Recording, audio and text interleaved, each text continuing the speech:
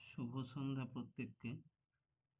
আহ, দেখো আমরা পুজোর পরে আবার নতুন করে ক্লাস শুরু করছি।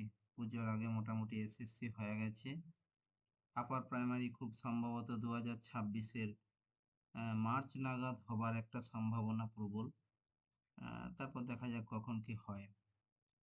তো আজকে আমরা একটু ওই ইংরেজিতে যেগুলোকে বলে আনসিন, বা বাংলায় যেগুলোকে বলে ধরো বোধ পরীক্ষণ, সেই রকম দু চারটা টপিকস নিয়ে একটু আলোচনা করব যে আহ, বোধ পরীক্ষণ আমরা কিভাবে করব, তার উত্তর কিভাবে দেব, এরকম। তো আমি তার জন্য একটু স্ক্রিনটা তোমাদেরকে শেয়ার করে দিচ্ছি। আহ, তোমরা দেখে নাও।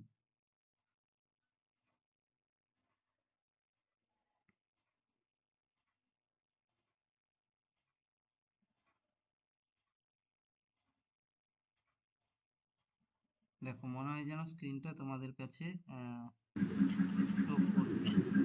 হুম হুম, শো করছে। হ্যাঁ, চলো। আর রেকর্ডিংটা স্যার অন করে দেবেন। হ্যাঁ, করে দিচ্ছি। তো দেখো, এখন ব্যাপারটা হচ্ছে যে বাংলায় যেটাকে বলা হয় আর কি বোধ পরীক্ষণ, ইংরেজিতে সেটাকে কিন্তু বলা হয়, কিছুটা আমরা সেই ছোটবেলা থেকে করে এসেছি, আনসিন। হ্যাঁ। তো এই জিনিসটা কি? আর আমরা তো নিশ্চিতভাবে নাম্বার বিভাজন জেনে গেছি যে এক একটা সাবজেক্ট থেকে 30 নাম্বার করে তো থাকবে। তো বাংলায় সেখানে 30 নম্বর কিন্তু থাকবে, ঠিক আছে।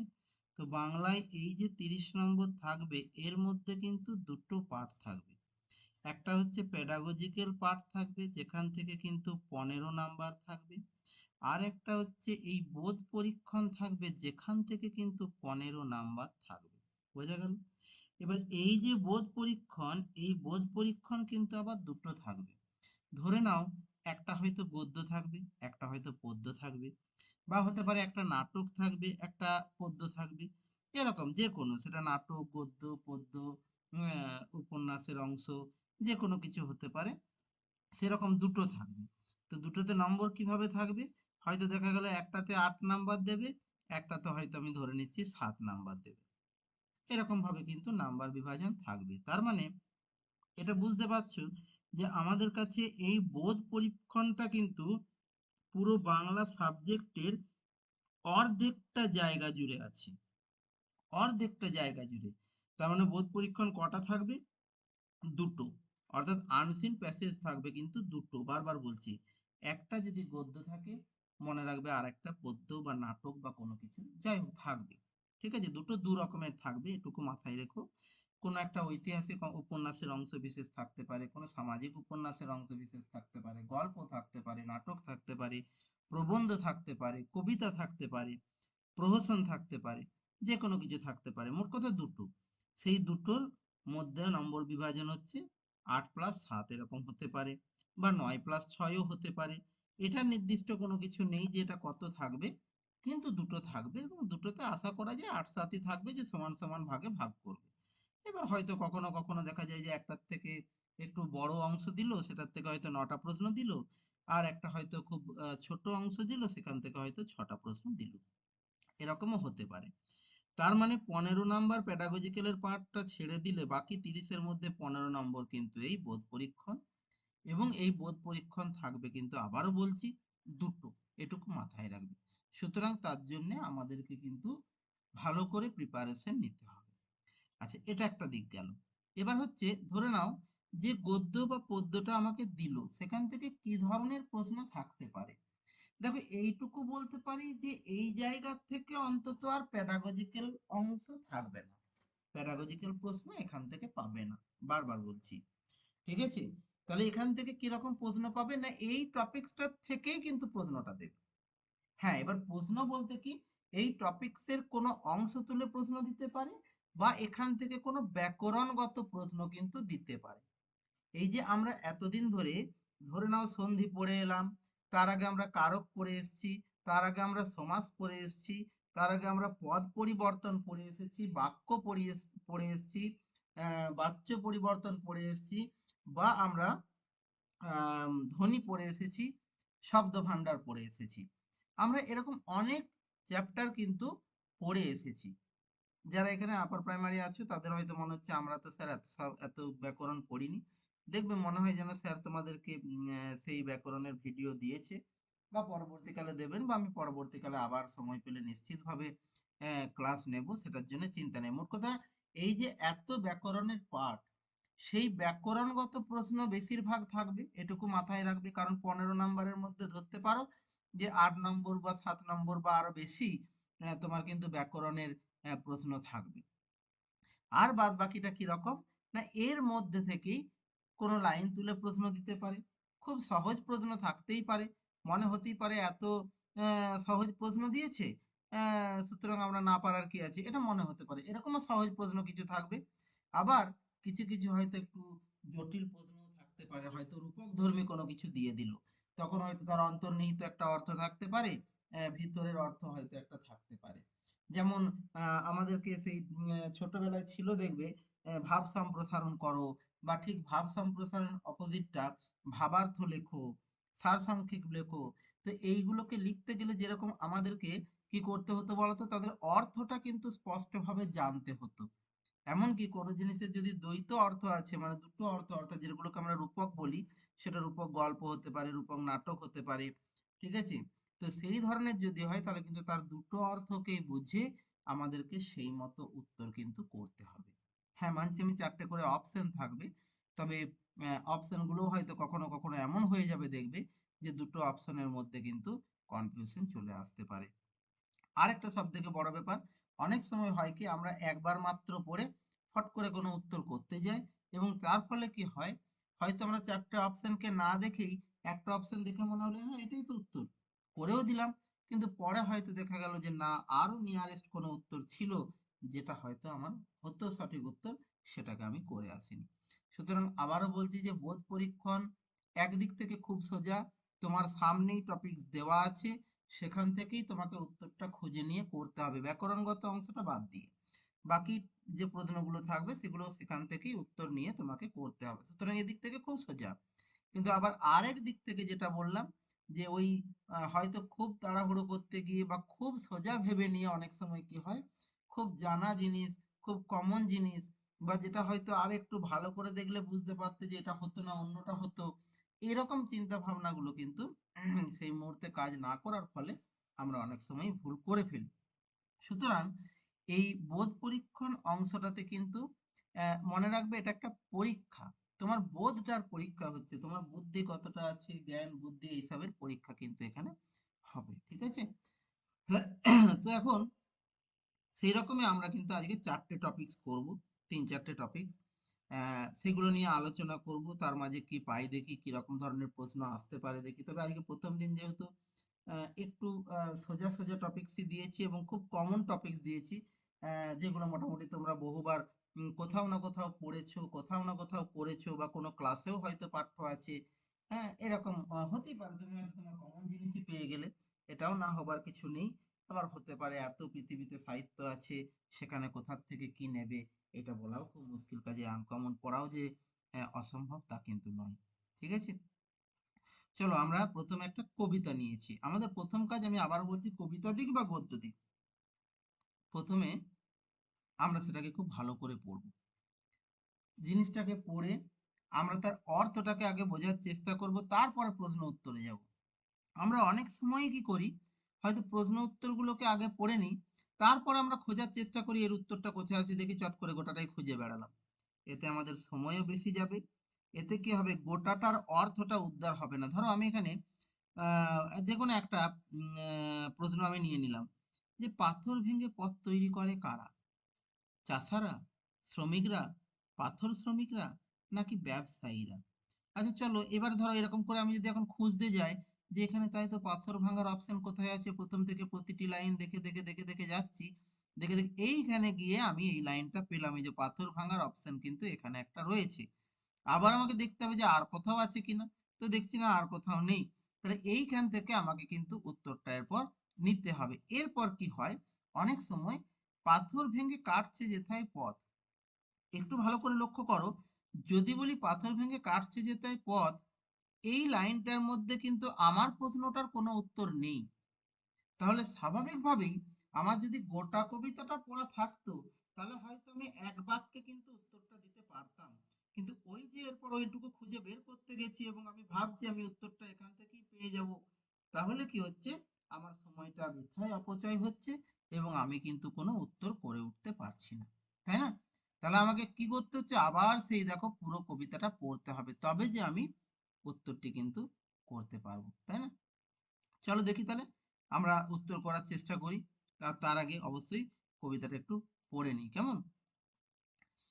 বলছে, ভজন পূজন সাধন আরাধনা সমস্ত থাক পড়ে, রুদ্ধ দ্বারে দেবালয়ের কোণে কেন আছিস ওরে, অন্ধকারে লুকিয়ে আপন মনে কাহারে তুই পুজিস সঙ্গোপনে, নয়ন মেলে দেখ দেখি তুই চেয়ে, দেবতা নাই ঘরে, তিনি গেছেন যেথায় মাটি ভেঙে করছে চাষা চাষ, পাথর ভেঙে কাটছে যেথায় পথ, খাটছে 12 মাস, রৌদ্রে জলে আছেন সবার সাথে, ধুলা তাহার লেগেছে 2 হাতে, তারই মতন সূচি বসন ছাড়ি, আইরে ধুলার পরে। এখন ব্যাপারটা হচ্ছে, একটু বলে দিই, এই যে এখানে দেখো ঠিক পরেরটার উপরে একটা কোটেশন রয়েছে, এরকম মতন চিহ্ন একটা রয়েছে, দেখো লক্ষ্য করো।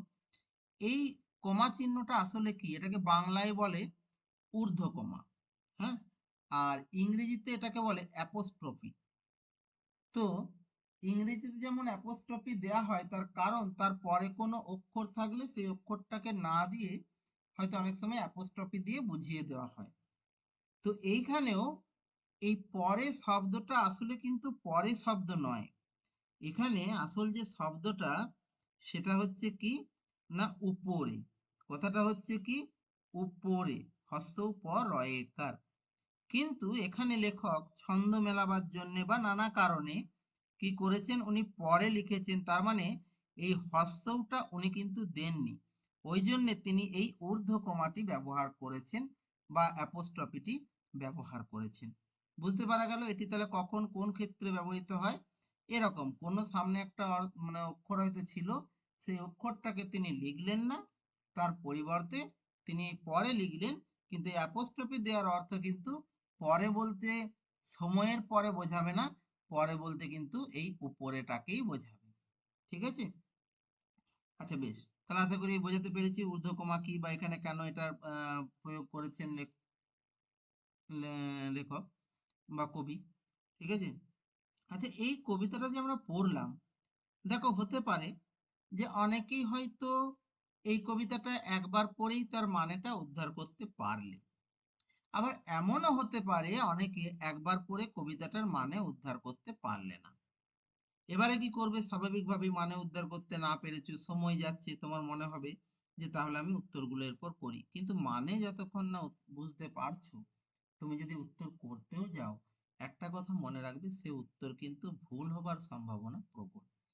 কাজেই একটা জিনিস মনে রাখবে, যে কোনো কবিতা বা যে কোনো গদ্য যদি বুঝতে না পারো একবারে, তাহলে অ্যাটলিস্ট পাঠটাকে 2বার 3বার 4বার ভালোভাবে মনোযোগ সহকারে পড়ো, তুমি দেখো ঠিক বুঝতে পারবে।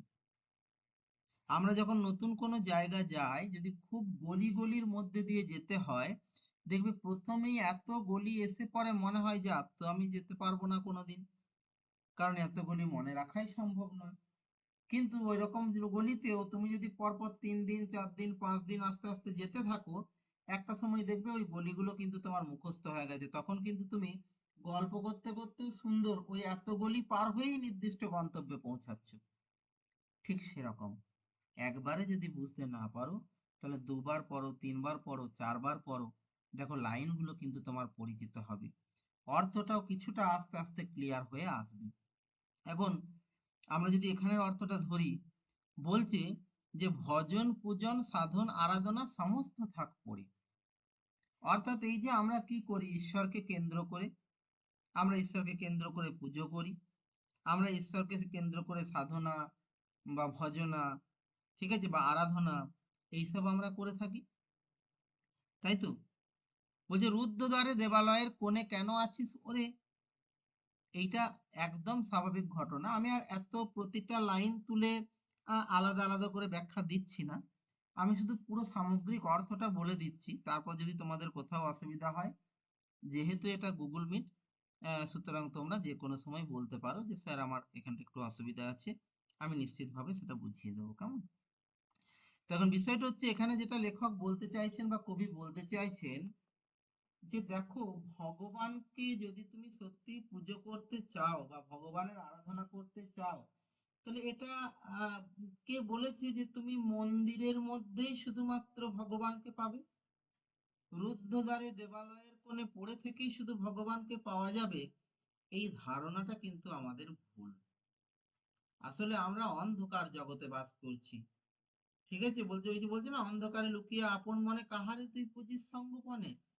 তুমি নিজে ভাবছো যে আমি ঈশ্বরকে পূজা করছি, ওই চার দেওয়ালের মধ্যেই নাকি ঈশ্বর বন্দী হয়ে আছেন, ওখানে পুজো করলেই নাকি ঈশ্বর খুশি হবেন এবং ঈশ্বর তোমার সব ইচ্ছা হয়তো পূরণ করবেন। কিন্তু সেটা ভুল। বলছে নয়ন মেলে দেখ দেখি তুই চেয়ে দেবতা নয় ঘরে। স্বাভাবিক, তুমি যদি একটু ভালো করে জ্ঞানচক্ষুর উন্মিলন ঘটাও এবং সেই জ্ঞানচক্ষু দিয়ে যদি তুমি দেখার চেষ্টা করো, তাহলে তুমি দেখবে যে এরকম ভাবে কোনো নির্দিষ্ট চার দেওয়ালের মধ্যে ভগবান আবদ্ধ থাকতে পারে না। ভগবান জল, স্থল, অন্তরিক্ষ সব জায়গাতেই কিন্তু আছেন। এই যে বলছে রৌদ্রে জলে আছেন সবার সাথে। আমরা জানি যে জীব সেবাই হচ্ছে শিব সেবা, তাই তো?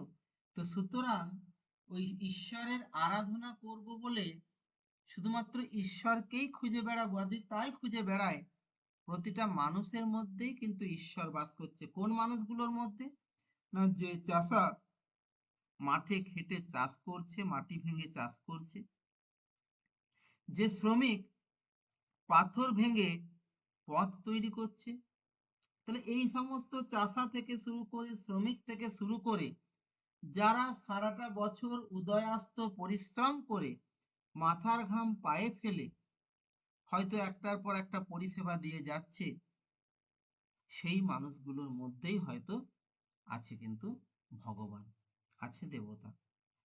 বলছে ধুলা তাহার লেগেছে দুই হাতে, তারই মতন সূচি বসন ছাড়ি আইরে ধুলার পরে। অর্থাৎ ওই তুমি শুদ্ধ বস্ত্র পরে নিলে, অথচ মনটা তোমার পবিত্র হলো না। যদি এরকম হয়, তাহলে কিন্তু ঈশ্বর তুষ্ট হবেন না। এটা লেখকের অভিমত বা কবির অভিমত। সুতরাং বলছে যে ওইসব সূচি বসন পরে চার দেওয়ালের মধ্যে বসে দেবতাকে ডাকলে বা দেবতার আরাধনা করলেই দেবতা তুষ্ট হবেন বা ওখানেই দেবতা আছে, ওখানেই দেবতাকে পাওয়া যাবে, এই ধরনের ধ্যান ধারণার থেকে বেরিয়ে এসে যে মানুষগুলো খেটে খাচ্ছে, সেই মানুষগুলোর পাশে দাঁড়াও, মাটির উপরে এসো, ঠিক আছে, তাদের মতো করে হাত লাগাও কাজে, দেখো তুমি ঠিক ঈশ্বরকে দেখতে পাবে বা ঈশ্বরের সন্ধান পাবে। এইটা হচ্ছে লেখকের কিন্তু বক্তব্য। প্রথমে আমরা পড়ে নিলাম, অর্থটা বোঝার চেষ্টা করলাম, যে যার মতো করে। এবার দেখো, ওখানে হয়তো আমি থাকবো না, ওখানে তোমরা পরীক্ষার হলে কি কবিতার লাইন দেবে জানি না, কি গদ্যের অংশ দেবে আমরা জানি না। তো ওখানেও তোমাদেরকে কিন্তু এইভাবেই একটু অর্থটাকে উদ্ধার করে নেবার চেষ্টা করতে হবে। এইবারে আমি যদি দেখি প্রশ্নটা, যে কবিতাটির মর্মার্থ কি? অর্থাৎ মর্মার্থ কিন্তু ভিতরের অর্থ, মর্ম অর্থ। আবারও বলছি, মর্মার্থ কিন্তু কখনোই উপরের অর্থ নয়, মর্মার্থ কিন্তু ভিতরের অর্থ। তো এখানে অবশ্য সেরকম ভাবে কোনো রূপক কবিতা নয় যে এখানে ভিতরে একটা আলাদা অর্থ থাকবে, উপরে একটা আলাদা অর্থ আছে, এরকম ব্যাপারটা নেই। এখানে একটাই অর্থ, যে চার দেওয়ালের মধ্যে বন্ধ থেকে দেবতাকে পাওয়া যায় না। ঠিক আছে, তাহলে কি বলছে, দেবতাকে পেতে গেলে কোথায় আসতে হবে? না, দেবতার অবস্থান কিন্তু সাধারণ মানুষের মধ্যে। তোমাকে সেই সাধারণ মানুষের সঙ্গে মিশতে হবে, তাদেরকে জানতে হবে, তাদের পাশে দাঁড়াতে হবে, তাহলে তুমি ঈশ্বরের সন্ধান পাবে। তো এখানে দেখো চারটে অপশন ছিল, কি কি ছিল?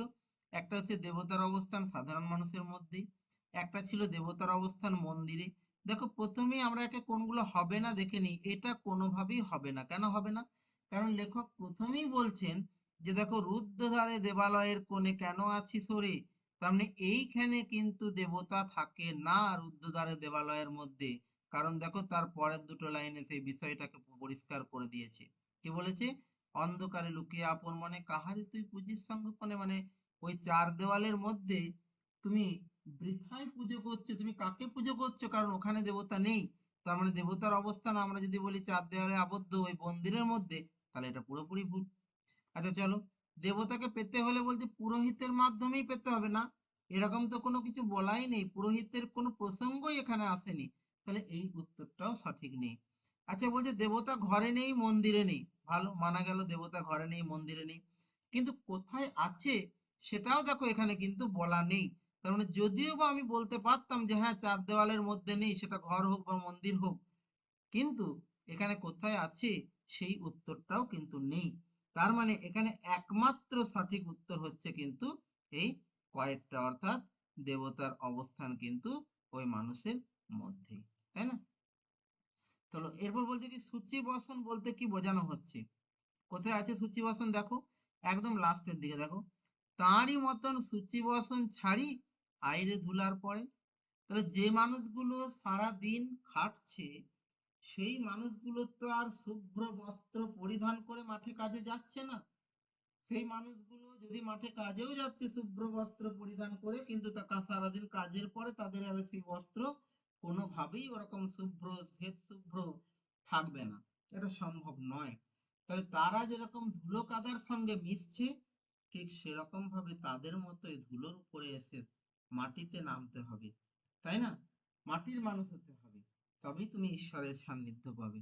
তার মানে সূচি বসন বলতে এখানে কি বোঝাচ্ছে দেখো, যে সূচ দ্বারা সেলাই করা বসন না, সূচ দ্বারা সেলাই করা বসনের সঙ্গে সূচি, এই যে বানানটা একটু লক্ষ্য করো, সূচি, সূচি মানে কি আমাদেরকে একটু জানতে হবে। সূচি মানে হচ্ছে পবিত্র। দেখবে আমরা যেই মুহূর্তে ধরো কারোর ঘরে কেউ মারা গেছে বা কিছু হয়েছে, তখন আমরা বলি না যে অশুচি হয়ে গেছে। তোমরা যদি 12-এর ভাত গল্পটা পড়ে থাকো তাহলে দেখবে সেখানে কি বলেছিল, যে অশৌচ বাড়ির ভাত খেতে নেই দাদা, তার মানে ওগুলো অশুচি হয়ে গেছে, তাই তো? তার মানে এই অশুচি বা অশৌচ, এই যে শব্দগুলো, এইগুলো হচ্ছে অপবিত্র। আর অপরদিকে তাহলে সূচি মানে কি, না সূচি মানে হচ্ছে পবিত্র, ঠিক আছে? তাহলে স্বাভাবিকভাবেই সূচি মানে কি, না পবিত্র। আর বসন মানে আমরা কি জানি, বস্ত্র বা কাপড়, তাই তো? তাহলে এখানে দেখো যে একটা তো সূচ দ্বারা সেলাই করা, এটা কোনোভাবেই নয়। আরেকটা বলেছে সুগন্ধযুক্ত কাপড়, না এখানে সুগন্ধ বা গন্ধের কোনো সম্পর্কই নেই, সেন্ট বা গন্ধের কোনো নাম আসছে না। নোংরা পোশাক, না নোংরা বা আবর্জনা মুক্ত বা ময়লা এরকম কিছু বলছে না। সূচি মাত্রা হচ্ছে পবিত্র, আর বসন মানে বস্ত্র, সেটা আমরা এক বাক্যেই দেখো এখানে উত্তর পেয়ে যাচ্ছি। তার মানে এটাই উত্তর হবে, তাই না? তাহলে অর্থগুলো জানতে হবে, আমি যদি কোনো শব্দের অর্থ না জানি তাহলে আবার দেখবে এখানে উত্তর করা কিন্তু কঠিন হয়ে দাঁড়াবে, তাই না? চলো পরের প্রশ্ন দেখি, পাথর ভেঙে পথ তৈরি করছে কারা? চাষা, না চাষা চাষ করে, পথ তৈরি কিন্তু পাথর ভেঙে ওরা করছে না। ব্যবসায়ী, না ব্যবসায়ী ব্যবসা করবে, টাকা রোজগার করবে, সে অন্য কোথাও টাকাকে বিনিয়োগ করবে, এসব করবে, সেও নয়। তাহলে রইল পরে দেখো এখানে দুটি শ্রমিক রয়েছে, এই একটি শ্রমিক রয়েছে, এই একটি শ্রমিক রয়েছে।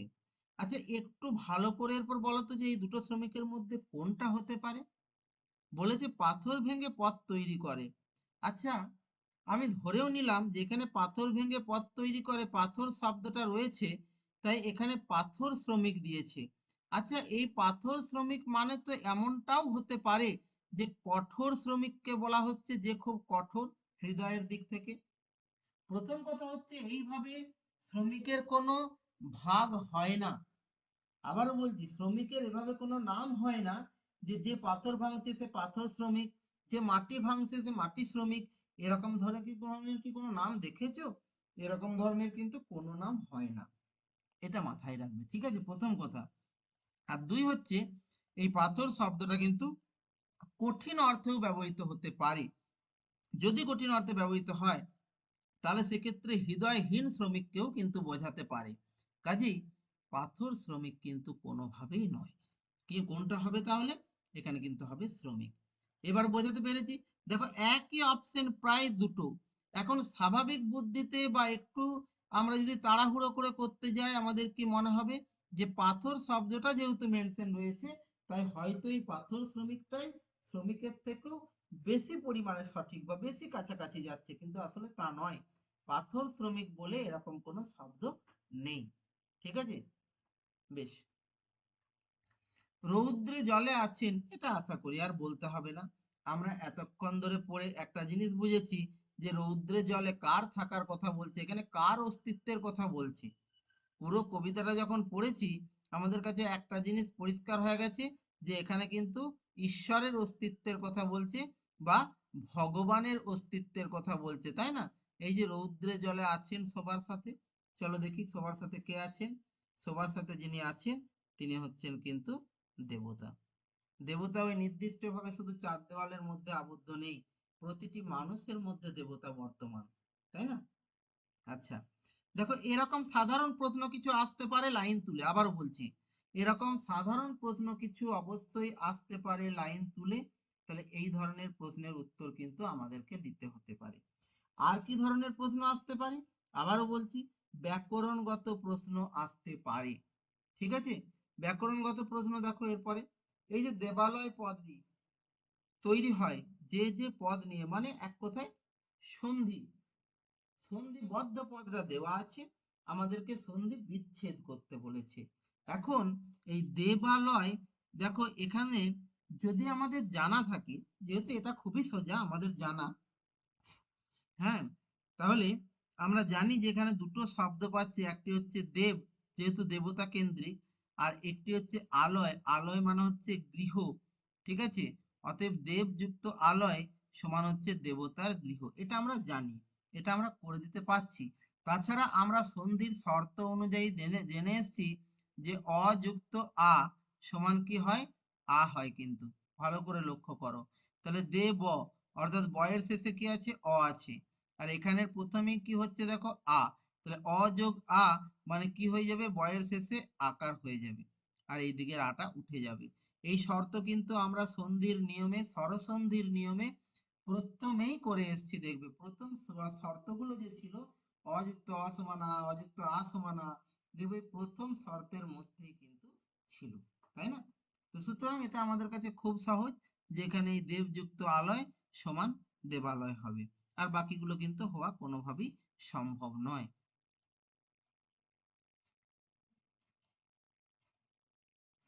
চলো, তারপর আছে কি, যে কোন, এই যে কোন একটা পদ, এই পদটির পদান্তর কি হবে। প্রথম কথা হচ্ছে কোন শব্দের পদান্তর কি হবে, আগে দেখে নেব চারটে শব্দ কি কি দিয়েছে। কি দিয়েছে, কোনজ, কৌন, কৌণিক, কৌণিক। একটা জিনিস দেখো, কোনজ বলে কোনো শব্দ বা কোন সংক্রান্ত কোনো শব্দের সঙ্গে কোনজ বলে কোনো শব্দ অন্তত বা কৌন বলে কোনো শব্দ যুক্ত নেই, এটা আমরা ভালো করেই কিন্তু জানি। ঠিক আছে, এইবারে যেটা হবে সেটা হচ্ছে দুটি কৌণিক আছে, একটা কৌণিক তো হবেই, এটা জানা কথা, কিন্তু কোনটা সঠিক সেক্ষেত্রে আমরা কোন বানানটা একটু দেখে নেব। কোন বানানটা দেখে পরে তাহলে আমাদের কাছে আর বুঝে নিতে অসুবিধা নেই যে কোনটা সঠিক হবে এবং কোনটা ভুল হবে, তাই না? বেশ, এরপরে আসছি, বলছে রুদ্ধদ্বারে দেবালয়ের কোণে কেন আছিস ওরে, বাক্যটিতে ওরে পদটি কি, কারক বা বিভক্তি বা কিছু। দেখো একটা রয়েছে কর্তৃকারক, একটা রয়েছে আবার কর্তৃকারকে শূন্য বিভক্তি, একটা রয়েছে কর্মকারক, একটা রয়েছে সম্বোধন পদ। এখন তিনটে কারক অপশন থাকলেও একটা কিন্তু সম্বোধন পদ আছে। এখন সম্বোধন শব্দ থেকেই বোঝা যাচ্ছে যে কাউকে ডাকা বা আহ্বান করা, এরকম বোঝালে কিন্তু আমরা জানি সম্বোধন পদ হয়। তাছাড়া সম্বোধন পদের আরেকটা ব্যাপার হচ্ছে যে ক্রিয়াপদের সঙ্গে সরাসরি কোনো সম্পর্ক থাকে না, কারণ আমরা কিন্তু পড়েছিলাম, মনে করে দেখো, কারক ও, আমরা পড়েছিলাম কি কারক ও অকারক, তাই না? আমরা কিন্তু এটা আগেই ক্লাসে করে এসেছি। তাহলে কারক ও অকারক যখন করছি তখন এই অকারকের আমরা দুটো ভাগ পেয়েছিলাম, মনে করে দেখো, একটা হচ্ছে কি না সম্বন্ধ পদ, সম্বন্ধ পদ কিন্তু সম্বন্ধ কারক নয়, আবার বলছি, আর একটা পেয়েছিলাম কি না সম্বোধন পদ, পদ কিন্তু, হ্যাঁ, কারকের ক্ষেত্রে হতো কর্তৃ, কর্ম, করণ, অপাদান, অধিকরণ, এরকম নানা রকম করণ হতে পারত, কারক হতে পারতো, নিমিত্ত। ঠিক আছে, কিন্তু অকারকের ক্ষেত্রে কখনো কারক হয় না, শুধু পদ হয়, এটুকু মনে রাখবে।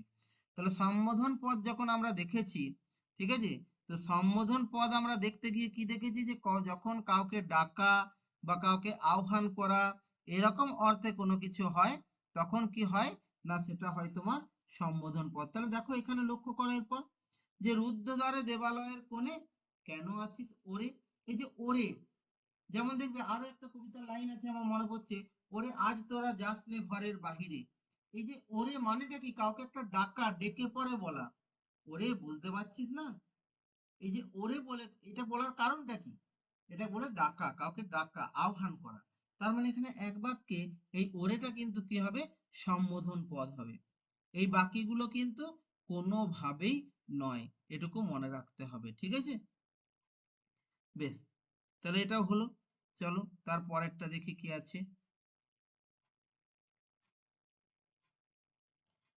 অন্ধকার। এখন অন্ধকার পদটির সমাসের নাম কি হবে, একটু ভালো করে দেখো। সমাস আমরা খুব ভালোভাবে শিখেছি। এখন অন্ধকার,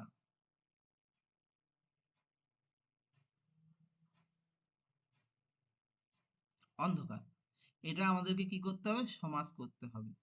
যদি আমরা সমাস করি তাহলে কি পাবো, না অন্ধ করে যে, তাই তো নাকি, অন্ধকার যখন হয়ে যায় আমরা কেউ কেউ কিছুই দেখতে পাই না, চারদিক অন্ধ হয়ে যায়, একদম কালো হয়ে যায়। যদি আমরা এই রাত্রেবেলায় ধরো এখন বিদ্যুতের আলোতে আমরা এখন এই পড়াশোনা করছি, লেখালেখি করছি, হঠাৎ যদি কারেন্ট চলে যায়, বিদ্যুৎ চলে যায়, তো কি হবে, এখন চারদিক অন্ধকার হয়ে যাবে, আমি আর কিছুই দেখতে পাবো না, আমি অন্ধের মতো আচরণ করব তখন, তাই না। তাহলে অন্ধকার মানে অন্ধ করে যে। এবার আমি যখন তোমাদেরকে সমাস বারবার শিখিয়েছিলাম, মনে করে দেখো সেখানে কিন্তু প্রচুর ক্লু ওয়ার্ড শিখিয়েছিলাম, মানে এমন কিছু পয়েন্ট থাকে যে যেগুলো দেখলেই ধরে নিতে পারবে এটা কোন সমাস।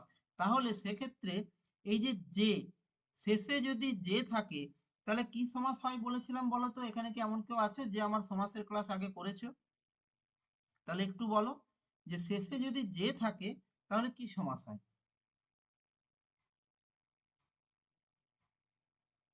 স্যার কর্মধারয় সমাস। না, অসম্ভব। কর্মধারয় সমাস কখনোই হবে না। একমাত্র কর্মধারয় সমাস হতে পারে যদি মাঝখানে যে থাকে, এদিকে একটা শব্দ, এদিকে একটা শব্দ, মাঝখানে যে যদি থাকে, তাহলে কিন্তু হবে সেটা কর্মধারয় সমাস। কিন্তু যদি দ্বন্দ্ব সমাস। না, দ্বন্দ্ব সমাসে তো যে থাকবেই না, দ্বন্দ্ব সমাসে তো ও স্যার তৎপুরুষ হবে। অবশ্যই তৎপুরুষ হবে, এবং সেটা উপপদ তৎপুরুষ হবে, কারণ একমাত্র উপপদ তৎপুরুষের সমাসেরই শেষে যে থাকবে বা যিনি থাকবে, যে বা যিনি, এটা কিন্তু মনে রাখবে। এই দুটোর মধ্যে একটি যদি লাস্টে থাকে, তাহলে এক বাক্যে আমার আর কোনো দিকে তাকানোর দরকার নেই, আমি কি করব, উপপদ তৎপুরুষ সমাস। আবারও বলছি কিন্তু, যে যদি দেখো বাক্যটার শেষে, মানে ব্যাস বাক্যের শেষে যে বা যিনি থাকছে, আবারও বলছি মাঝে নয় কিন্তু, যদি মাঝে যে বা যিনি চলে আসে, তাহলে কিন্তু মনে রাখবে সেটা কর্মধারয় সমাস হবে। কিন্তু যদি ব্যাস বাক্যের শেষে যে বা হয়তো যিনি, অন্ধ করেন যিনি, ঠিক আছে, যদি এরকম আসে, তাহলে কিন্তু সেটা এক বাক্যে কোনো দিকে তোমার তাকানোর দরকার নেই, এক বাক্যে তুমি সেটাকে উপপদ তৎপুরুষ সমাস করে দিয়ে আসবে, ঠিক আছে। আচ্ছা, তবু এখানে একটু যখন রয়েছে বাকিগুলো, বাকিগুলো একটু দেখে নিই তো, বাকিগুলো কি করে চিনবো। আচ্ছা চলো তো, বহুব্রীহি সমাসের কি রুলস বলেছিলাম বলো তো, যে কেন হলো না দেখি তো। বহুব্রীহি সমাসের অর্থ হচ্ছে, ধরে নাও এটা হচ্ছে ব্যাস বাক্য, ব্যাস বাক্যের শেষে যদি যার, বা যদি সাধু ভাষা হয় তাহলে যাহার, এই যার বা যাহার যদি থাকে ব্যাস বাক্যের শেষে, তাহলে মনে রাখবে কি হবে, বহুব্রীহি সমাস, ঠিক আছে। কর্মধারয় সমাস তো বললাম। আর তৎপুরুষ সমাস তো ওইভাবে হয় না, তৎপুরুষের প্রচুর ভাগ। সুতরাং এখানে যখন পার্টিকুলার উপপদ তৎপুরুষ সমাস দিয়ে দিয়েছে, তখন আর আমি শুধু তৎপুরুষ করতে পারি না, কারণ তৎপুরুষের মধ্যে পড়বে কর্ম তৎপুরুষ, করণ তৎপুরুষ, অধিকরণ তৎপুরুষ, বা তৎপুরুষের মধ্যে নং তৎপুরুষ, উপপদ তৎপুরুষ, এই ধরনের প্রচুর তৎপুরুষ আছে। সুতরাং কোন তৎপুরুষ আমাকে পার্টিকুলার বলেনি। হ্যাঁ, যদি উপপদ তৎপুরুষ অপশনটা না থাকতো, তাহলে হয়তোবা আমরা তৎপুরুষ সমাসটাকেই শেষ পর্যন্ত করতে বাধ্য হতাম। কিন্তু যেহেতু আমাদেরকে একদম পার্টিকুলার উপপদ তৎপুরুষ যেটি সঠিক সেই উত্তরটাই দিয়ে দিয়েছে, তাই বাকিগুলো আর আমার দেখার কোনো প্রয়োজন পড়লো না, তাই না? তাহলে দেখো আমরা এই কবিতাটা দীর্ঘ সময় ধরে আলোচনা করলাম এবং তোমাদেরকে বোঝানোর চেষ্টা করলাম যে কি রকম প্রশ্ন আসতে পারে এবং সেখান থেকে কিভাবে আমাদেরকে পড়ে উত্তরগুলো করতে হবে। ঠিক আছে? যাই হোক, পরেরগুলোর জন্য আর এতটা করে সময় আমরা নিচ্ছি না।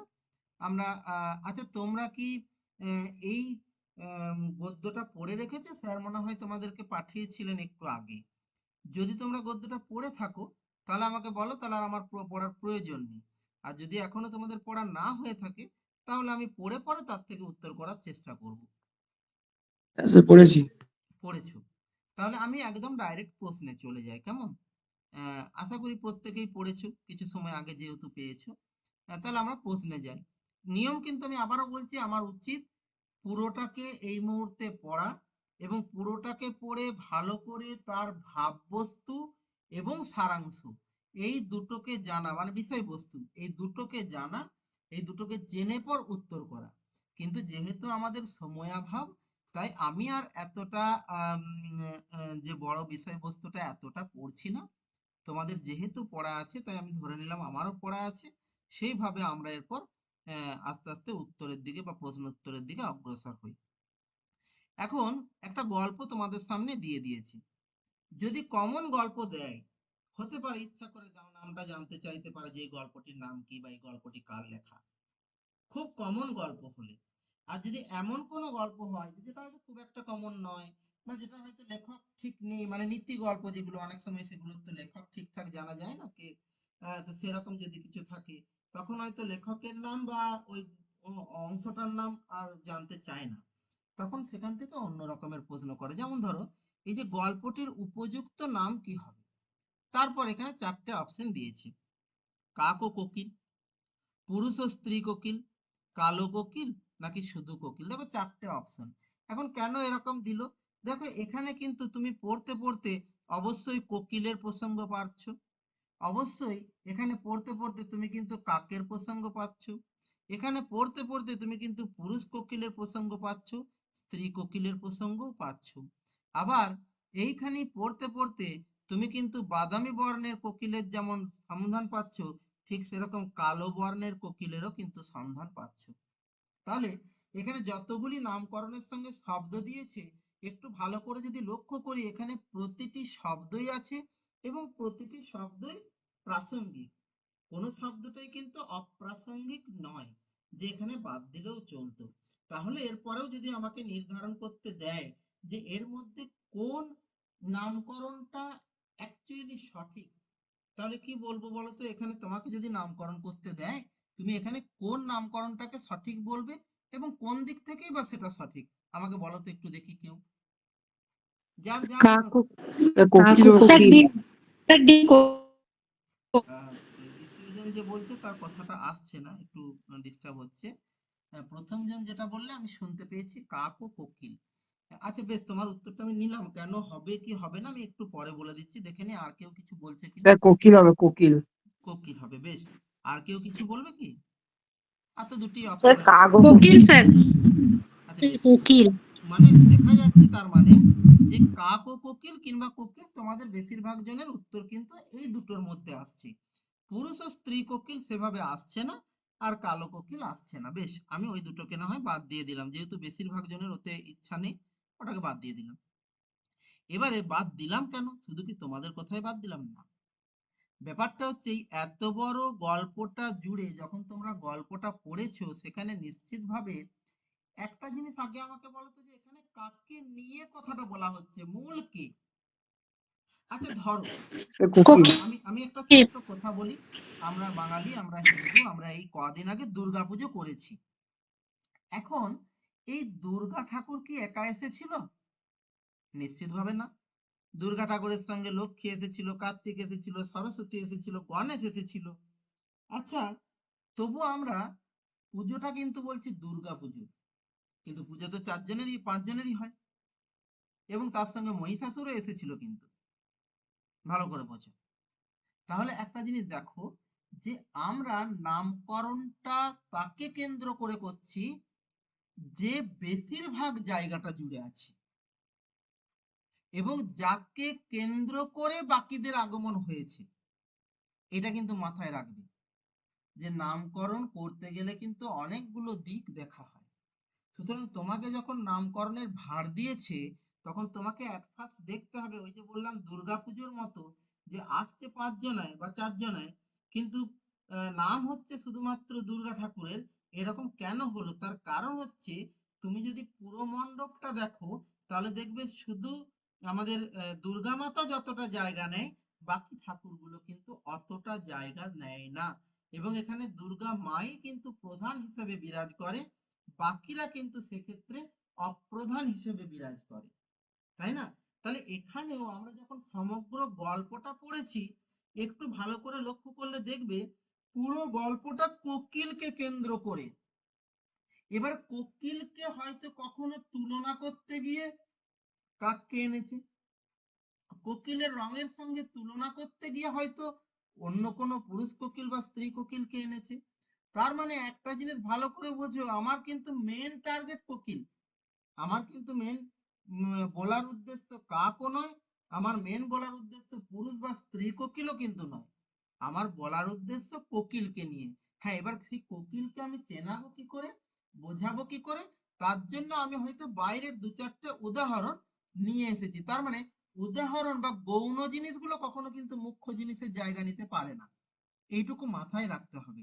তাহলে আমাদের যেহেতু এইখানে মুখ্য উপাদান এই গল্পটির অবশ্যই কোকিল, তাই এখানে এক বাক্যে বলা যায় যে এই গল্পটির নাম কিন্তু হবে কোকিল, কোনোভাবেই কিন্তু কাক ও কোকিল নয়।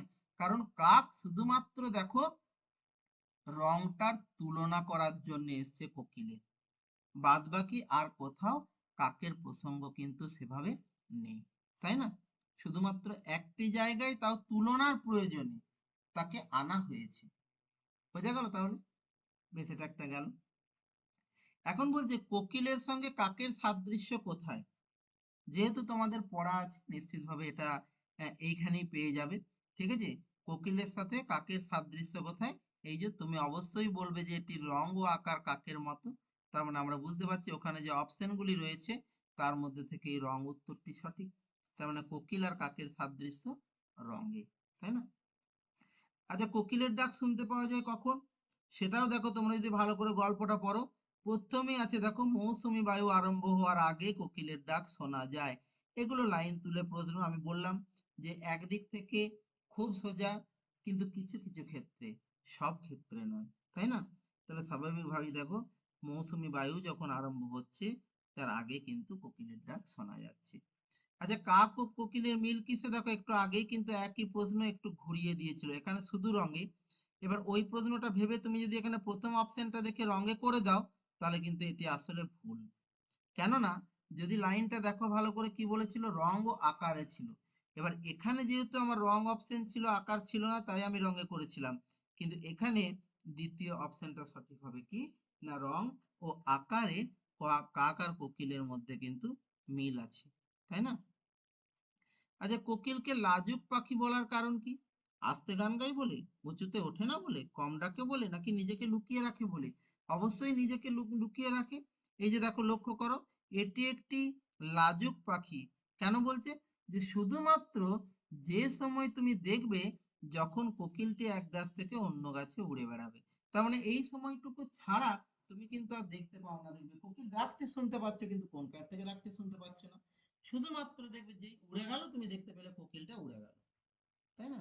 তাহলে স্বাভাবিকভাবে বলছে কি কোকিল একটি লাজুক পাখি, কারণ সে নিজেকে লুকিয়ে রাখে। কোকিলকে দেখা যায় এই মাত্র বললাম এক গাছ থেকে অন্য গাছে যাওয়ার সময়। স্ত্রী কোকিলের রং কেমন? ঠিক আছে, দেখো স্ত্রী কোকিলের রং এখানে পরিষ্কার ভাষায় দেওয়া আছে। স্ত্রী কোকিল বাদামি বর্ণের এবং মাথায় সাদা দাগ থাকে, তাই না? তাহলে স্ত্রী কোকিলের রং কি হবে? বাদামি বর্ণ। দেখো স্ত্রী কোকিলের রং কেমন? এই যে বাদামি। এবার দেখো তার আগেও কিন্তু একটা বাদামি ছিল, যদি আমি সব অপশন গুলিকে না দেখে ফট করে এটাতে বাদামি আছে এটা করে দিই তাহলে কিন্তু ভুল হবে। আবারও বলছি, 4টে অপশনই কিন্তু পড়বে, তারপর ঠান্ডা মাথায় উত্তরটা করবে। এমন অনেক সময় হয়ে যায় খুব জানা জিনিস কিন্তু ভুল করে আমি 4টে অপশন না দেখার ফলে একটা করে দিয়ে এসেছি ঘরে, এসে হয়তো হাত কামড়াতে হচ্ছে, বাবারই কি ভুলটা করলাম আমি, এটা কিন্তু আমি পারতাম, কেন আমি দেখলাম না অপশনগুলো, সেটা যেন না হয়, তাই না? কোকিলের মতো গান করে, এটা হয়তো তুমি দেখবে টপিকসটা পড়তে গেলে মনে হয় মাঝে কোথাও পাবে, দেখবে কোকিলের মতো গান করে। আর যদি এখান থেকে নাও পাও, তাহলে কিছু কিছু সাধারণ বোধের পরীক্ষা তো থাকেই সেরকম মতন। এখন বাবুই পাখি ভালো বাসা বাঁধতে পারে, কিন্তু গানের প্রসঙ্গ বাবুইয়ের ক্ষেত্রে নেই। কাক কখনোই গান গাইতে পারে, এটা তো বলাই যাবে না, কারণ কাকের গলা কিন্তু সম্পূর্ণরূপেই কর্কশ, তাহলে সে কোনোদিন গান গাইবে এটা হতে পারে না। ফিঙেও গানের সঙ্গে যুক্ত নয়, তাহলে একমাত্র দোয়েল পাখি কিন্তু গানের সঙ্গে যুক্ত। এটা কিন্তু আমার দেখো গল্পের মধ্যে কোথাও নেই, বা থাকতে পারে, আমি জানি না, ভালো করে পড়ে দেখবে। তো মনে হয় যেন গল্পের মধ্যে কোথাও নেই। তাহলে এই রকম ধরনের কিছু সাধারণ বুদ্ধির প্রশ্ন হয়তো তোমাকে দিতে পারে, সেগুলো কিন্তু দেখতে হবে, করতে হবে, তাই না? আচ্ছা, সবুজ পদটি কি পদ? এটা একটু আমি আর গদ্যে যাচ্ছি না, গদ্যটা একটু পড়ে দেখবে। সাধারণত সবুজ রং কিন্তু বিশেষণ পদ হিসেবে ব্যবহৃত হয়, তবে এখানে লাইনটা দেখতে হবে যে লাইনে কি আছে না আছে, লাইন অনুযায়ী বিশেষ্য পদও হতে পারে, এটা একটু দেখে নেবে কিন্তু, হ্যাঁ।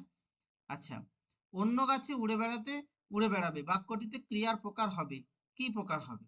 তাই তো, এটা জন্য আমার আগে যাবার আর দরকার নেই, আমি আর আগে যাচ্ছিও না, এটা এখান থেকেই পারা যাবে। অন্য গাছে উড়ে বেড়াবে, তার মানে এটা কিন্তু পরিষ্কার বোঝা যাচ্ছে ভবিষ্যৎকাল, সেটা নিয়ে কোনো সমস্যা নেই। কিন্তু আবার এখানে দেখো লক্ষ্য করে, ভবিষ্যতের আবার 3টে অপশন দিয়েছে, ভবিষ্যৎ অনুজ্ঞা, সামান্য ভবিষ্যৎ, আর ভবিষ্যৎ কাল। ভালো করে লক্ষ্য করো, এটা কোনোভাবেই হচ্ছে না ঐতিহাসিক বর্তমানটা, একটা বাদ চলে গেল প্রথমেই। এইবারে অন্য গাছে উড়ে বেড়াবে মানে এটা কিন্তু সামান্য ভবিষ্যৎকে নির্দেশ করছে, মানে যেটা আমরা নর্মালি ভবিষ্যৎকাল বলি, সেই সামান্য ভবিষ্যৎকেই কিন্তু নির্দেশ করছে। তাহলে যেহেতু আমি সঠিক উত্তর এখানে পেয়ে যাচ্ছি, এই দুটো আর কোনোভাবেই হবে না, তাই না? চলো আমরা আরো একটা খুব কমন কবিতা, কিন্তু এটা খুব কমন একটা কবিতা নিয়ে আমরা আলোচনা করি। কোন দেশেতে তরুলতা সকল দেশের চাইতে শ্যামল, কোন দেশেতে চলতে গেলে দুলতে হয় রে দুর্বা কোমল। কোথায় ফলে সোনার ফসল, সোনার কমল ফোটে রে, সে আমাদের বাংলাদেশ, আমাদেরই বাংলা রে। কোথায় ডাকে দোয়েল শ্যামা ফিঙে গাছে গাছে নাচে, কোথায় জলে মরাল চলে মরালি তার পাছে পাছে, বাবুই কোথা বাসা বনে চাতক বাড়ি যাচ্ছে রে। এই কবিতা আমরা বহুবার পড়েছি, বহুবার জানি, সুতরাং এই কবিতা সম্পর্কে যে কোনো প্রশ্নই আমাদের প্রত্যেকেরই হয়তো জানা অল্প বিস্তর, অসুবিধা কিছু নেই। কবি আমাদের দেশ বলতে বুঝিয়েছেন কাকে? ভারতবর্ষকে, নাকি বাংলাদেশকে, নাকি পশ্চিমবঙ্গকে, নাকি স্বাধীনতার লাভের মানে স্বাধীনতা লাভের আগের বাংলাদেশকে? এবার একটা জিনিস চিন্তা করো, যে এটা কখন লেখা বা কার লেখা? না, এটা কিন্তু সত্যেন্দ্রনাথ দত্ত রচিত একটি কবিতা, তার মানে তার সময়কাল যদি আমরা একটু বিচার বিবেচনা করি, তাহলে মোটামুটি দেখতে পাবো যে তার বেশিরভাগ কবিতায় কিন্তু বা কাব্যগ্রন্থই কিন্তু প্রকাশিত হচ্ছে, সেটা কিন্তু স্বাধীনতার পূর্বে। তাহলে এক বাক্যে বলা যায় যে এটা স্বাধীনতার পূর্বে, আর তখন তো আমাদের ভারত ভাগ হয়নি, সুতরাং এটুকু বলা যায় যে স্বাধীনতা লাভের আগের বাংলাদেশকে, তাই না? এই কবিতাটা রচয়িতা মাত্র বলে দিলাম। কোথায় ডাকে দোয়েল শ্যামা, শ্যামা কি? দোয়েল আর শ্যামা দুটি পাশাপাশি বলেছে এবং ডাকার প্রসঙ্গ বলেছে, তার মানে নিশ্চিতভাবে দোয়েল যদি পাখি হয়, তাহলে শ্যামাও পাখি হবে, কারণ তুলনা করতে গেলে দুটি সম জিনিস লাগে, তাই না? তার মানে দোয়েল কিন্তু এক ধরনের পাখি। মোরাল শব্দের অর্থ কি? দেখো, এগুলো তো অর্থ না জানলে কোনোভাবেই হবে না, কতকটা সে আমাদের সমাসের মতো, আমি যেমন সমাস পড়াতে গিয়ে বারবার বলেছি যে প্রচুর শব্দের সঙ্গে পরিচিত হও, অর্থের সঙ্গে পরিচিত হও। তাহলে মোরাল শব্দের অর্থ আমরা কি জানি? রাজহাঁস, তাই না? এই কবিতাংশে কবি সোনার সঙ্গে তুলনা করেছেন কিসের? ফসল, নাকি কমল, নাকি ফসল প্লাস কমল দুটোই, নাকি নিজের দেশকে? কোন জিনিসটাকে তিনি সোনার সঙ্গে তুলনা করেছেন? যদি একটু ভালো করে লক্ষ্য করো, দেখো যে সোনার সঙ্গে তুলনা করেছেন ফসলকে, আর সোনার সঙ্গে তুলনা করেছেন কমলকে, তার মানে ফসল আর কমল যে অপশনটিতে আছে, সেই অপশনটা কিন্তু সঠিক হবে। আচ্ছা, যাচ্ছে, যাচ্ছে মানে কি?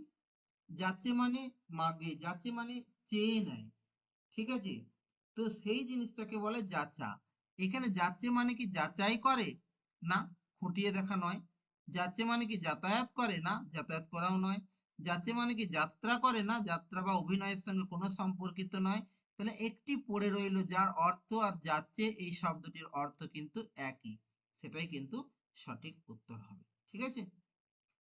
এই পদ্যে দুর্বা কি? দুর্বা এটা আমাদের আর মানে বেশি এগুলোকে নিয়ে সময় নষ্ট করার কোনো প্রয়োজন নেই। দুর্বা হচ্ছে এক জাতীয় ঘাস, ঠিক আছে? অন্য গল্পের নিরিখে হয়তো মেয়েটির নাম হলেও পারতো, কিন্তু এখানে কবিতার নিরিখে অবশ্যই কিন্তু দুর্বা একটা ঘাস।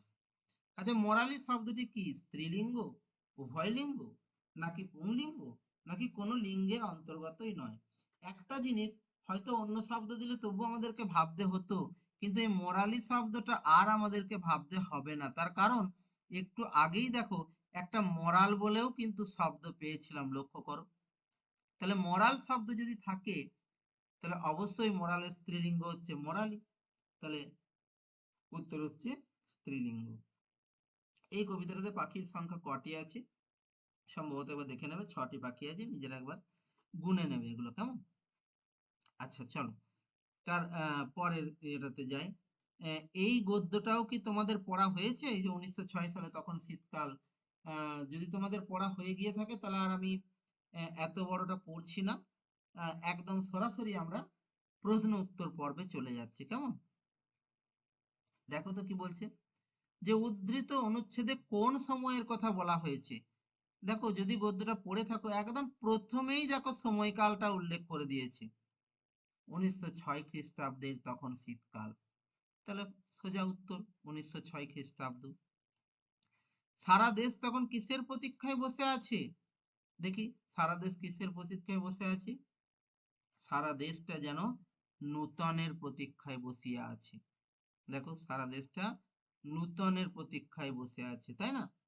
গরম শব্দের বিপরীত শব্দ কি? এই যে আবার ব্যাকরণগত প্রশ্ন চলে এলো, সেটা বিপরীত শব্দ দিক বা সন্ধি বিচ্ছেদ দিক বা কারক বিভক্তি দিক বা সমাস দিক, এরকম ব্যাকরণগত প্রশ্ন কিন্তু বারবার বলছি প্রচুর থাকবে। তুমি ধরে রাখতে পারো 30 নম্বরের বাংলা পরীক্ষার মধ্যে অন্তত পক্ষে 8-10 ব্যাকরণ থাকবে, এইটুকু কিন্তু এক বাক্যে ধরতে পারো। সুতরাং আমি আবারও বলছি, ওইদিকে পেডাগজির যেমন গুরুত্ব দেবে এইদিকে কিন্তু ব্যাকরণেরও তেমন গুরুত্ব দেবে, তাই না? তাহলে গরম শব্দের অর্থ কি? গরম শব্দের বিপরীত শব্দ কি? অবশ্যই ঠান্ডা, এটা তো বলার অপেক্ষা রাখে না। কার হাতে বন্দে মাতরম পত্রিকা পৌঁছলো? আচ্ছা দেখি, বন্দে মাতরম পত্রিকা কার হাতে পৌঁছেছিল? একটু লক্ষ্য করো, বন্দে মাতরম হঠাৎ একদিন হাতে আসিয়া পড়িল, ঠিক আছে? তাহলে কার হাতে এসে পড়লো? যিনি বলছেন তার হাতে। তার মানে লেখকের হাতে, তাই না? আচ্ছা, নূতন শব্দটির পদ পরিবর্তন করলে কি হবে? প্রথমেই বলে দিই যে নূতনীয় বলে কোনো শব্দ হয় না, সুতরাং এটা এক বাক্যে বাদ চলে গেছে। নূতন যুক্ত এর, ভালো করে বুঝো, এটা একটা বিভক্তি যুক্ত করেছি মাত্র, তার মানে শব্দটা কিন্তু নূতনই আছে, তার মানে এখানেও পদ পরিবর্তন হয়নি। কোনোটি নয়, এটা তো হতে পারতো যদি নূতনত্ব শব্দটা না থাকতো। যেহেতু নূতনত্ব শব্দটা রয়েছে, তাই এই নূতনত্বটাই কিন্তু এর পদ পরিবর্তন হবে। বুঝতে পারা গেল? আচ্ছা, এরপর বলছে উদ্ধৃতিটির লেখককে। তোমাদের যদি জানা থাকে ভালো, যদি না জানা থাকে তাহলে যদি খুব কমন প্রশ্ন দেয় তাহলে মনে রাখবে সেটার হয়তো লেখক দেবে, আর যদি এইটার কিন্তু লেখক হয়তো দেবে না, এটা একটা আমাদের হয়তো বাইরে থেকে গদ্যের অংশটা নিয়েছি তো সেখান থেকে এসেছে। তো যাই হোক, এরকম লেখকের নাম দেখবে থাকবে না তোমাদের, ঠিক আছে? হ্যাঁ, এইরকম জেনারেল প্রশ্ন থাকতে পারে, যেমন লেখকের পেশা কি? লেখকের পেশা কি? চলো তো আমরা দেখি লেখকের পেশাটা কি।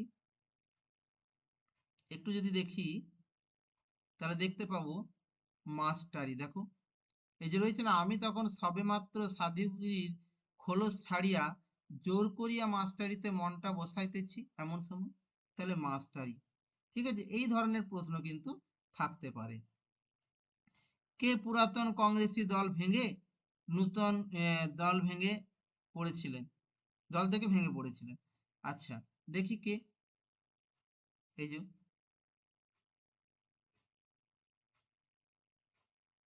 এই যে কংগ্রেসী, বিপিন বাবুও পুরাতন কংগ্রেসী দল হইতে ভাঙ্গিয়া পড়িয়াছেন। তাহলে কি হবে উত্তরটা? অবশ্যই বিপিন বাবু কিন্তু, তাই তো? তাহলে এরকম করে তোমরা দেখবে প্রত্যেকটি উত্তর আশা করা যায় তোমরা পারবে। এই যে বলছে কারা ঝিঙ্গা বাজতেন আর পটল বলতেন, কারা?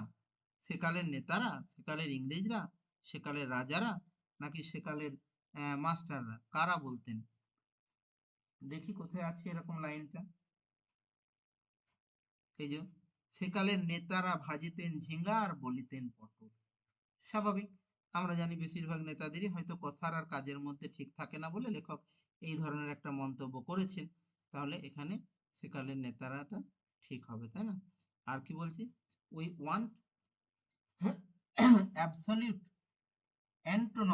Autonomy free from British control, এর বাংলা অর্থ কি হবে? দেখো এখানে কিন্তু চারটে অপশন দিয়েছে।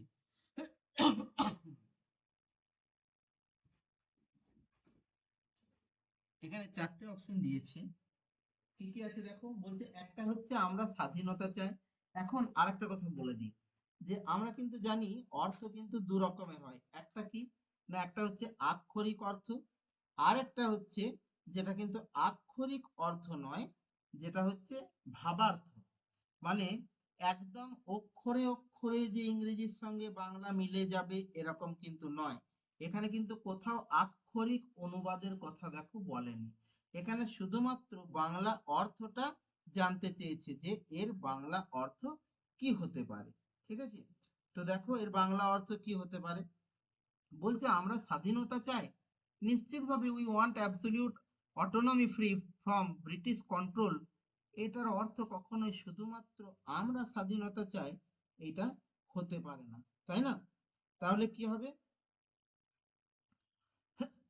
আমরা স্বায়ত্ত শাসন চাই, না, এটাও হতে পারে না।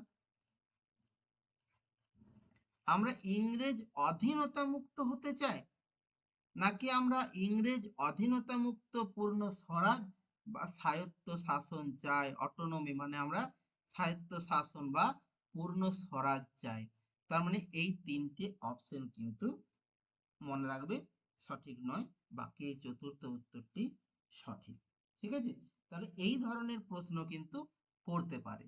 আর বাদ বাকি ওই যে বললাম দু একটা বাড়তি আছে, যেমন উদ্ধৃতিটি লেখককে যদি জানা থাকে তাহলে ঠিক আছে, আর যদি জানা, যেমন আমার বলে দিচ্ছি আমি উপেন্দ্রনাথ বন্দ্যোপাধ্যায়, কিন্তু এগুলো খুব কমন নয় যে এরকম ধরনের লেখকের নাম ধরে প্রশ্ন দেবে বা কবির নাম ধরে প্রশ্ন দেবে বা কিছু।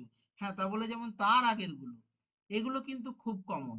কাজেই এইগুলোর ক্ষেত্রে কিন্তু লেখকের নাম জানতে চাইতে পারে বা কবিতার নাম জানতে চাইতে পারে, এগুলো কিন্তু জানতে চাইতে পারে। একটু সেরকম ভাবে প্রস্তুতি নেবে, কেমন? তাহলে আশা করি বোঝাতে পেরেছি যে কিভাবে বোধ পরীক্ষণ করতে হয়, বা পরীক্ষা দিতে হয়, বা কিভাবে উত্তর করতে হবে যাতে করে তোমার উত্তর ভুল হবার সম্ভাবনা খুবই কমে। তবে আবারও বলছি যে ব্যাকরণ থেকে 8 থেকে 10 নম্বর পড়বেই, ব্যাকরণ অংশের প্রতি জোর দাও, আর ওইদিকে প্যাডাগজিক্যাল অংশের প্রতি জোর দাও। বাকি মাঝের যে 8-10 নম্বর, ওইগুলোর উত্তর কিন্তু এই গদ্যাংশ বা পদ্যাংশের ভিতর থেকেই তোমরা পেয়ে যাবে। শুধুমাত্র সেক্ষেত্রে একটু ঠান্ডা মাথায় ভালো করে পড়বে, আর অবশ্যই অর্থটা বোঝার চেষ্টা করবে। আর অর্থ বুঝতে গেলে দেখবে তোমাদেরকে প্রচুর পরিমাণে স্টক অফ ওয়ার্ড যেটাকে আমরা বলি, বা প্রচুর বাংলা শব্দ এবং তার অর্থ কিন্তু জানতে হবে। বোঝা গেল তাহলে? বেশ, আজকে কি এর থেকে আর কারো কিছু প্রশ্ন আছে? তাহলে বলতে পারো, কারো কিছু জিজ্ঞাসা থাকলে বা বলার থাকলে। আর যদি জিজ্ঞাসা না থাকে তাহলে আমি আবারও বলছি যে বোধ পরীক্ষণ করার আগে ব্যাকরণে নিজেকে প্রস্তুত করে বসবে, কারণ বাকি উত্তরটা কিন্তু তুমি গদ্য বা পদ্যের মধ্যে থেকে পাবে, কিন্তু ব্যাকরণ গদ্য বা পদ্যের মধ্যে থেকে পাবে না। ঠিক আছে, ব্যাকরণ কিন্তু নিজের জানা থাকলে তবেই উত্তর করতে পারবে, নচেত কিন্তু নয়। বোঝা গেল? বেশ, বলো তোমাদের যদি আজকে এর পরে কোনো প্রশ্ন থেকে থাকে বলতে পারো, কোনো অসুবিধা নেই। আর যদি তোমাদের কোনো প্রশ্ন না থেকে থাকে তাহলে আপাতত আজকের ক্লাস আমরা কিন্তু